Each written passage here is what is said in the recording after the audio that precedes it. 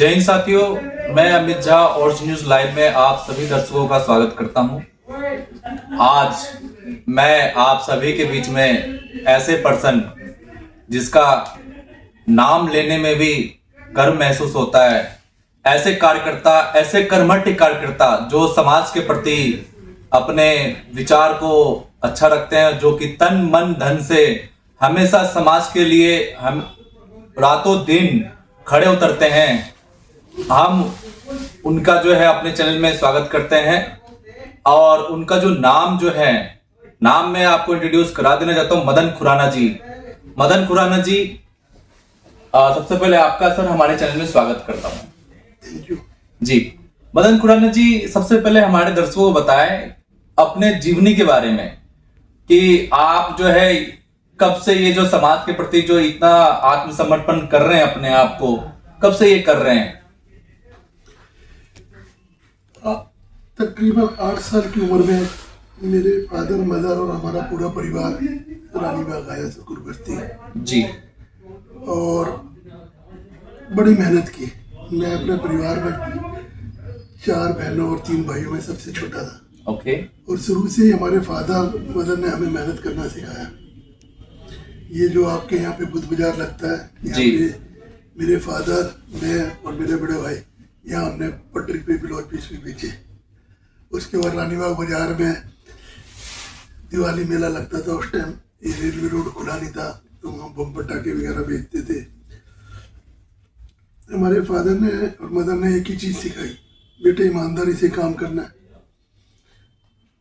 और अच्छा लगा। 10वीं पास की, फौज में जाने का बड़ा शौक था। ओके। फौज के लिए भरा, हुआ नहीं। उस दिन बहुत रोया, क्योंकि मैं बचपन से ही हरे कपड़े बहुत पहनता था और मेरे को देशभक्ति की फिल्में देखने बहुत अच्छी लगती थी। हाँ जी। चलो, भगवान ने फिर यही सोचा कि भाई अगर फौज में जाके भी देश की सेवा करनी है, तो अगर फौज में नहीं गए तो देश की सेवा वैसे भी तो कर सकते हैं। जब मैं छोटा था 8 साल, तो यहाँ ये जो डेशो दफ्तर है, यहाँ पे तेरी नागरिक रामलीला एवं दशहरा कमेटी होती थी। तो हम आगे ईंट रख के रामलीला देखने जाते थे। तो कई बार वो दोपहर को ईंट रखते थे, क्योंकि और कुछ देखने का होता नहीं, रामलीला देखने से भी और बहुत शौक था। तो बैठते थे, कई बार जगह नहीं मिलती थी। तो और फिर कई बार क्या होता था, जैसे पड़ोस के यार दोस्त होते थे बचपन के, उनके कोई फायदा रामलीला में किसी पोस्ट पे होते थे, तो हम जाके स्टेज पे पीछे बैठ जाते थे, पर्दे के पीछे। तो थोड़ी देर बाद हमें उतार दिया जाता था, तो हम मायूस हो जाते थे कि यार बाकी बच्चे बैठे हुए हैं स्टेज पे, मेरे को क्यों उतार दिया। और प्रभु राम की इतनी बड़ी कृपा रही, मुझे उस रामलीला से जुड़ने का मौका मिला। और 8 साल से तकरीबन जो 8 साल की जब थे, तब आप यहाँ पे जो रामलीला देखने को आते थे। हाँ जी।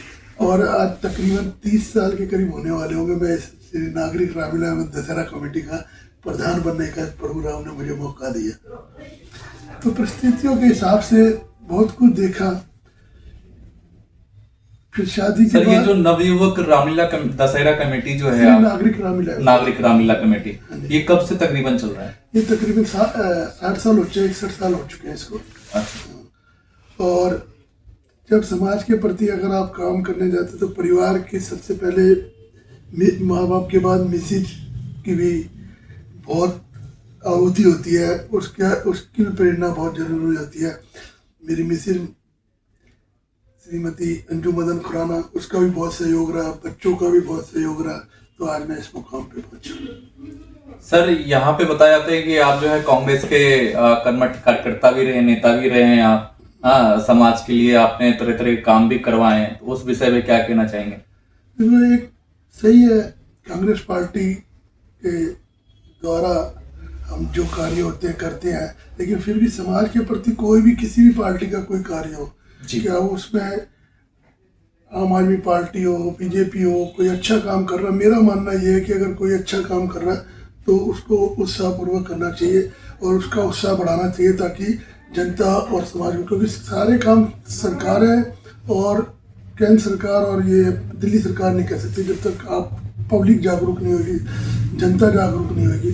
तो मेरा यही मानना है कि अच्छे कार्य में जो भी लोग आगे आए तो उनका उत्साह करना चाहिए। और हम श्री नागरिक रामलीला एवं दशहरा कमेटी में हमारा सबसे पहला यही काम होता है कि जितनी भी संस्थाएं हैं, जितने भी, क्या वो छोटी संस्था है, कोई बड़ी संस्था है, कोई चैनल, यूट्यूब चैनल वाला है, कोई वैसे चैनल वाला, तो उनको बुला के सम्मान करते हैं ताकि वो और अच्छे ढंग से आगे बढ़ के समाज के लिए। जी जी जी। मदन जी, आपसे मेरा सवाल जो है, पहला सवाल मैं जानना चाहता हूं कि आज के डेट में जो ये जो पूरे भारतवर्ष में जो जगह जगह जो विश्व हिंदू कार्यक्रम सम्मेलन जो किया जा रहा है, हाँ, वो किस लिए किया जा रहा है, जरा हमारे दर्शकों को बताएं। हमारे यहाँ भी सकूर बस्ती में कल महा हिंदू सम्मेलन है। अभी 26 तारीख को भी गणतंत्र दिवस के अवसर पर हमने हिंदू सम्मेलन किया था। विश्व हिंदू सम्मेलन का मतलब ये है कि हमारे जो बच्चे हैं वो हमारी संस्कृति के लिए, हमारे सनातन धर्म को जाने, और जो लोग भारतीय संस्कृति से पिछड़ रहे हैं जी, हमें अपनी संस्कृति की पहचान के लिए हमारे जो बच्चे हैं उनको लाना आगे बहुत जरूरी है। और महा हिंदू विश्व सम्मेलन जो हर जगह पूरी दिल्ली में हो रहे हैं, ये किसी एक पार्टी की तरफ से नहीं हो रहे, क्या वो बीजेपी है, क्या आम आदमी है, क्या कांग्रेस है, वो सारी पार्टियों को अलग करके ये एक हम ऐसे समाज को बनाना चाहते हैं जहाँ पे हिंदू सुरक्षित हो, क्योंकि हमारा देश हिंदू राष्ट्र है और हमें हमारे बच्चों को हिंदू के बारे में और हमारे सनातन धर्म के बारे में ज्ञान होना चाहिए। सर, जैसे मुल्तानी मोहल्ला में यहाँ जो आप जो सामने जो कार्यक्रम करवाते हैं, रामलीला जो करवाते हैं, उसमें समाज को क्या संदेश जाता है? समाज देखिए सर, अलग समाज में हर तरह के लोग रह रहे हैं, हाँ, कहीं गलत भी है, कहीं सही भी है, लेकिन ज्यादातर देखा जा रहा है गलत ही ज्यादा पाए जा रहे हैं। तो ये संदेश उनको क्या सोचने को मजबूर करता है, वो बताएं। देखो, हर साल हम रामलीला का मंचन करते हैं, फिर दशहरा मनाते हैं, तो बुराई पे अच्छाई की जीत कि किस प्रकार रावण एक इतना शक्तिशाली राजा होने के बाद भी उसके दुराचार और उसके अभिमान ने उसको अपने पूरे कुटुंब को नष्ट कर दिया। तो वो बताता है, और कैसे भाई एक पुत्र पिता के वचन के लिए 14 वर्ष वन में गया और उसके साथ उसकी भाई और पत्नी भी। तो ये एक सनातन धर्म का एक चरित्र है जो हर साल हम दिखाते हैं ताकि हमारा सनातन धर्म पूरे विश्व में। सर, जगह जगह बहुत देखा गया है कि हर जगह देखो, हम जो रामलीला करवाते हैं, राम जी जो ये जो किया था उनमें जो है कहीं ना कहीं कुछ न कुछ संदेश गया है, बट हर घर में कम ही ऐसे व्यक्ति हैं जिनके परिवार जहाँ पे राम जैसे भाई देखने को मिला है। मोस्टली देखा गया कहीं ना कहीं रावण ज्यादा है समाज में, तो वो क्या कुछ कहना चाहिए? आपकी बात सही है। आज के जो हालात है, कलयुग जिसे आज कलयुग बोलते हैं, अगर हम काफ़ी ऐसी चीज़ें हो रही है जो नहीं होनी चाहिए। परिवारों में भाई भाई को थोड़ी सी जायदाद के लिए लड़ाई हो जाती है जी, कभी भाई बहनों की लड़ाई हो जाती है उस जायदाद के लिए। तो कोई हमारा जो मकसद है एक ऐसा समाज बनाना, इसलिए हम ये हिंदू सम्मेलन कर रहे हैं। उसमें काफ़ी बड़े बड़े वक्ता भी आ रहे हैं, और जो हम रामलीला का मंचन करते हैं, और भी हम जो मंदिरों में हनुमान चालीसा वगैरह। तो ये एक हमारा जो समाज का जो कल्चर बदल गया है उसको सुधारने के लिए हमें काफ़ी प्रयत्न करने पड़ेंगे। उसमें आपके न्यूज़ चैनल वालों को भी बहुत साझेदारी निभानी पड़ेगी, आम पब्लिक को भी साझेदारी निभानी पड़ेगी, और सरकारों को भी साझेदारी। सर, कहीं ना कहीं तो समाज को भी तो आगे आना पड़ेगा। जितने भी समाज के कार्यकर्ता हैं, सामाजिक कार्यकर्ता जो समाज से जुड़े हुए हैं, कहीं ना कहीं तो इनको भी तो आगे आना चाहिए समाज को जगाने के लिए। बट समाज को भी आगे आना चाहिए। जैसे कि आप जैसे काम कर रहे हैं क्षेत्र में, आप बहुत अच्छा काम कर रहे हैं, आप कहीं ना कहीं यहाँ के समाज को भी तो आगे आना चाहिए, समाज को भी तो जागरूक होने की आशंका तो है ना सर? आप बिल्कुल ठीक कह रहे हो, समाज जागरूक हो रहा है। मैं अकेला कोई कार्य नहीं करता, मेरे साथ भी पूरी टीम होती है। अब जब हम हिंदू महासम्मेलन करने जा रहे हैं तो कम से कम 40-50 लोगों की हमारी टीम बनी है, वो हर पार्टी के लोग थे उसमें। और आज हमने 26 जनवरी गणतंत्र दिवस को इतना बढ़िया महा हिंदू सम्मेलन किया कि उसकी गूंज पूरी दिल्ली में गई। और हमें अपने सनातन धर्म की रक्षा करनी है और सनातन धर्म को अपनाना है। सर, अभी एक नया ट्रेंड में आया है, जगह जगह जो है आप देख रहे होंगे न्यूज चैनल में, बड़े बड़े न्यूज चैनल में, सोशल मीडिया पे जो आजकल जो न्यूज चल रही है, जगह जगह से जो लोग जो गायक जो हो रहे, जिसमें महिला भी है, पुरुष भी है, बच्चे भी है, हाँ, तकरीबन आंकड़ा है अगर इसको देखा जाए तो लगभग 800 करीब आंकड़ा पहुंच चुका है, जिसमें तकरीबन बताया जाता है कि 500 लोग जो है रिकवर भी हो गए। तो इस विषय में क्या, ये कहाँ से ऐसा आया? कहीं ना कहीं कुछ ना कुछ तो साजिश रची जा रही है। तो उस विषय में क्या कहना चाहिए? देखो, हर साल काफी लोग गायब होते हैं, गुमशुदा होते हैं और काफी मिल भी जाते हैं। तो बट सर जनवरी 2026 से कुछ ज्यादा ही मामला सामने आने ज्यादा लग हुआ, गया है। उसके लिए हमें जागरूक रहना पड़ेगा। हमारे बच्चे कहीं जा रहे हैं तो हमें उस चीज का वो ज्ञान रखना पड़ेगा, और अगर छोटे बच्चे हैं तो उनके साथ हमें खुद जाना पड़ेगा। क्योंकि देखो, दिल्ली पुलिस अपने कार्य कर रही जी। है, आम जनता को भी जागरूक रहना पड़ेगा। क्योंकि आज का जो वक्त चल रहा है, बहुत काफी लोग, आप सही कह रहे हो, गुमशुदा हो रहे हैं। तो उसके लिए पब्लिक को खुद भी जागरूक होना है। दिल्ली पुलिस के भरोसे नहीं रहना पड़ेगा, और अपने खासकर अपने छोटे बच्चों का बिल्कुल ध्यान रखना पड़ेगा। अब सर मैं बात कर लेता हूँ, जैसे रानीबाग क्षेत्र जो एरिया जो आता है अपना सकुर बस्ती विधानसभा क्षेत्र के अंदर जो ये आता है, और यहाँ पे जो है सनातन धर्म की जो जितनी मंदिरें हैं, हाँ, वहां पे देखा गया है कि लोग वहां पे पूजा पाठ करने आते हैं। और पूजा पाठ जो शाम को जो ज्यादातर जो जैसे शनिवार हो गया, मंगलवार हो गया इत्यादि, जहाँ पे पूजा पाठ करने आते हैं। और रात के समय जो है मंदिर के इर्द गिर्द में जितनी भी रेडियां लग रही है मांस मच्छी की, वहां पे लोग जो है शराब पी रहे हैं। हाँ, उससे जो है ना सर गलत निर्देश जा रहा है। कहीं ना कहीं इस पे भी प्रशासन को सर एक्टिव होना पड़ेगा, और हमारे हिंदुओं को भी एक्टिव होना पड़ेगा। बिल्कुल, दिल्ली सरकार, केंद्र को, एमसीडी को, दिल्ली पुलिस को, और जितने भी सामाजिक संगठन हैं उनको बिल्कुल एक्टिव होना पड़ेगा। और जब तक ये सामाजिक संगठन, दिल्ली पुलिस और सब मिलकर काम नहीं करेंगे तो ये वारदातें होती है। ऐसी जगह पे मंदिर के पास नॉनवेज की रेडी का कोई मतलब ही नहीं है, शराब पीने का कोई मतलब ही नहीं है। कहीं ना कहीं सर देखिए, ये मंदिर के प्रशासन पे भी सवाल उठता है और सामाजिक लोगों पे भी सवाल उठता है कि कहीं ना कहीं जागरूक होने की है, बिल्कुल जरूरी है। देखो, कोई भी रेडी अगर मंदिर के पास नॉनवेज की लगती है तो वो रेडी वाला नहीं लगा सकता। अगर कोई सामाजिक संगठन उसका विरोध करता है, दिल्ली पुलिस विरोध करती है, क्योंकि इसका कोई लाइसेंस नहीं मिला होता कि भी लाइसेंस है कि उसने बनाना है। जी जी जी। तो इसलिए अगर एमसीडी में और दिल्ली पुलिस पर है, और सामाजिक संगठन और न्यूज वाले, हमारे तरुण शर्मा जी हमेशा इस बात को उठाते रहते हैं। मैं बहुत उनका कायल रहता हूँ, क्योंकि वो ज़्यादातर सामाजिक बुराइयां जो होती हैं, समाज के प्रति जो लोग गंदगी फैला रहे होते हैं, उनके खिलाफ खड़े होते हैं, और मुझे बहुत अच्छा लगता है। मैं हमेशा उनको कहता हूँ, आप बहुत अच्छा करते हैं।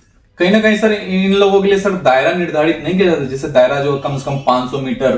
देखिए, क्योंकि वो भी गरीब आदमी है, वो उनको भी बिजनेस चलाना है, व्यापार चलाना, अपने फैमिली को पालना है। हाँ, तो कहीं ना कहीं इसमें भी सर सवाल उठता है कि उनको जो है, अगर आपको काम ही करना है तो 500 मीटर दूर काम करिए।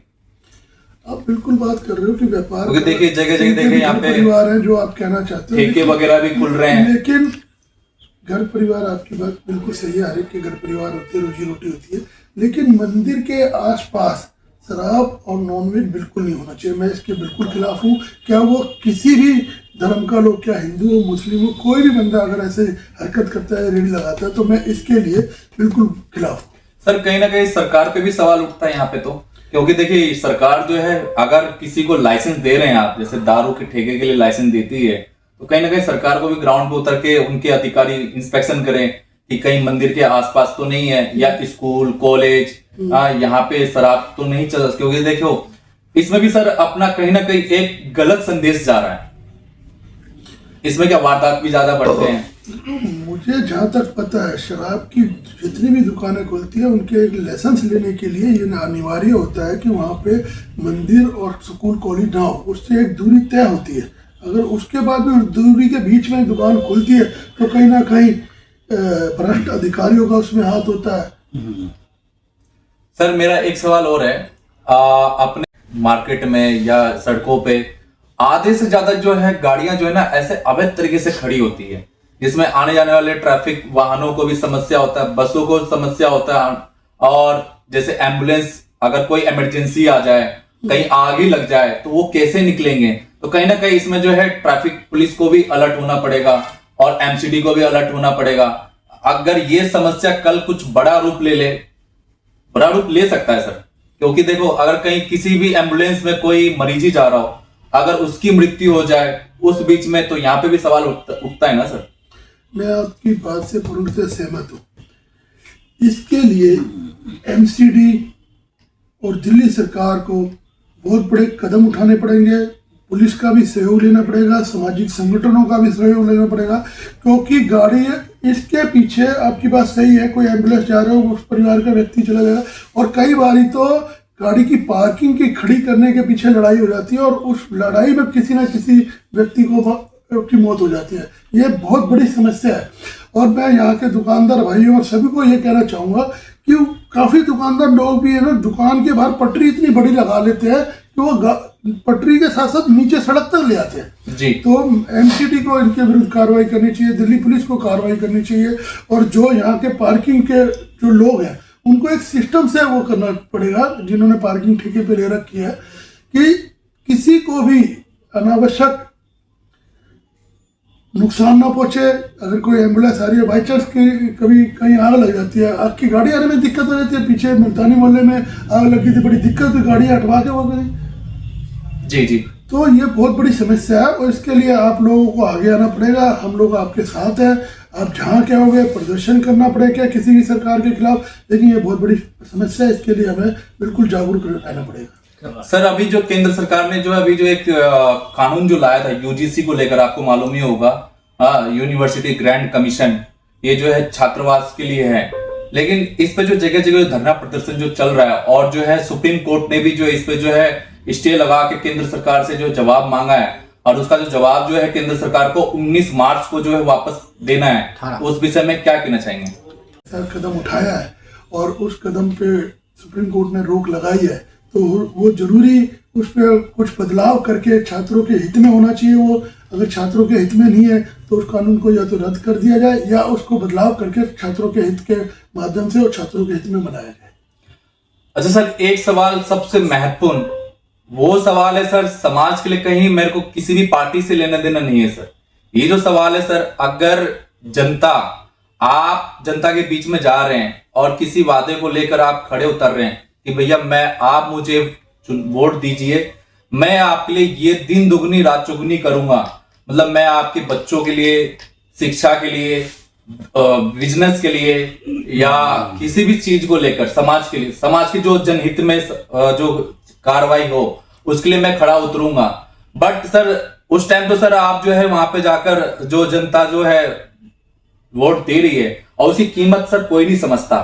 कोई भी पार्टी सर यहाँ पे मैंने देखा है, चाहे वो बीजेपी की सरकार हो, चाहे वो सर कांग्रेस की सरकार हो, चाहे वो आम आदमी की सरकार हो, मैं सर देखिए किसी सरकार पे आरोप नहीं लगा रहा सर। ये जनहित के लिए एक सवाल है आपसे कि क्या ऐसा सोचना चाहिए सर उन सरकार को जो अभी जो सत्ते में है, जिसके लिए सर आप आए हैं, जो जनता आपको चुनकर लाए हैं, हाँ, कि भैया कहीं ना कहीं जो है ये हमारे लिए अच्छा काम करेंगे, हाँ, उस विषय में क्या कहना चाहेंगे सर? उस टाइम तो सर सरकार जो जब अपने अपने क्षेत्र के जो विधायक है, निगम पार्षद है, उस टाइम तो सर आप जो है खाना भी खा लेते हो, चाहे वो कोई भी मिनिस्टर हो, उस टाइम तो देखा जाता है जनता के बीच में जाके आप चावल भी खा रहे हो, पानी भी पी रहे हो।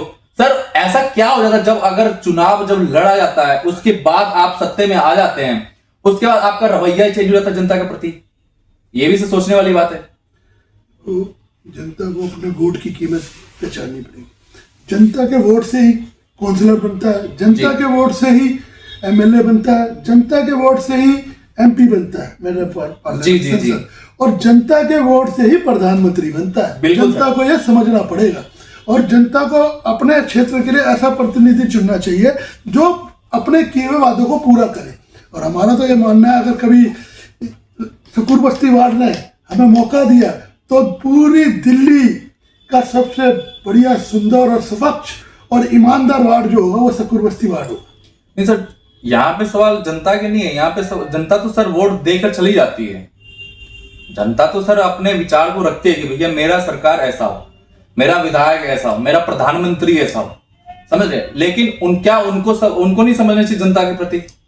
बिल्कुल समझना चाहिए। जब जो आप किसी से वादे कर रहे हो, क्या वो कि आज जो आप इस सीट पे, इस मुकाम पे बैठे हो, वो किसके बदौलत बैठे हो, ये भी उनको सोचना चाहिए ना सर। ऐसा मैं वही तो कह रहा हूँ, जनता को ऐसा प्रतिनिधि चुनना चाहिए। अगर किसी भी पार्टी का कोई प्रतिनिधि है, अगर उसने ऐसे काम किए जो जनता के विरुद्ध है, जनता के लिए काम नहीं किया, तो अगली बार जनता को उस पार्टी का बहिष्कार करना चाहिए। क्या वो दूसरा कैंडिडेट कोई भी है, जनता को सोचना पड़ेगा। बदलाव की भी जरूरत जरूरी होती है। क्यों कई लोग ऐसे सोचते हैं कि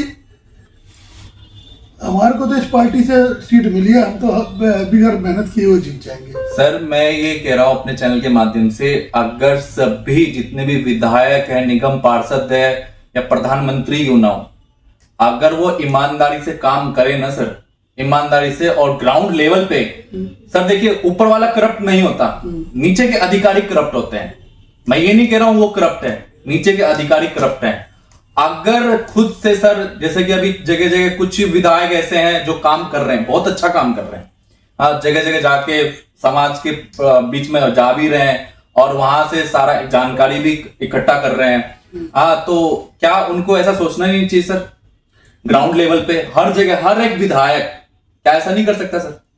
देखो बिल्कुल आपकी बात बिल्कुल सहमत हूं मैं, लेकिन अगर कोई जनता का प्रतिनिधि, चुना हुआ प्रतिनिधि काम नहीं करता, जनता के प्रति जागरूक नहीं रहता, जनता के काम नहीं करता, तो सामाजिक संगठन है और आप लोग हो, न्यूज चैनल वाले हो और हम लोग हैं, मिलजुल कर उस भ्रष्टाचार के खिलाफ खड़ा होना चाहिए। अगर जब हम खड़े ही नहीं होंगे भ्रष्टाचार के खिलाफ या उस व्यक्ति के खिलाफ नहीं खड़े होंगे, हम सोचेंगे काउंसलर है, एमएलए है या ये अधिकारी अप्रोच वाला है, अगर हम उसके खिलाफ बोलेंगे नहीं तो ऐसे तो फिर भ्रष्टाचार बढ़ता रहेगा। हमें भी इसके विरुद्ध आवाज़ उठानी पड़ेगी आपके चैनलों के माध्यम से, खुद सामाजिक संगठनों के कारण। जब तक हम आवाज़ नहीं उठाएंगे तो ये कार्य नहीं होगा। सर और क्या संदेश देना चाहेंगे सर अपने क्षेत्रवासियों को, रानीबाग क्षेत्रवासियों को क्या संदेश देना चाहेंगे हमारे चैनल के माध्यम से सर? सभी आपको बहुत बहुत बधाई देना चाहता हूं कि आप तरुण शर्मा जी और आप मिलकर जो एक टीम बनाई है और जिस हिसाब से आप सामाजिक त्रुटियां या समाज की बुराइयां और कोई भी गलत कार्य हो रहा होता है उसके खिलाफ आवाज़ उठाते हैं, तो मैं चाहूँगा कि आम जनता को भी, आम पब्लिक को भी, सामाजिक संगठनों को भी आपसे साथ मिलकर भ्रष्टाचार के खिलाफ आवाज़ उठानी चाहिए और हम सबको मिलकर एक सुंदर और स्वस्थ और ईमानदार और शक्तिशाली भारत बनाना चाहिए। जी जी, आप सभी ने दर्शकों देखा कि मदन जी ने क्या कुछ समाज के लिए बोले। मैं यही कहना चाहूंगा कि अभी भी आपको जागरूक होने की बहुत ही आवश्यकता है। मैं अपने कैमरामैन तरुण शर्मा के साथ मैं अमित झा, धन्यवाद।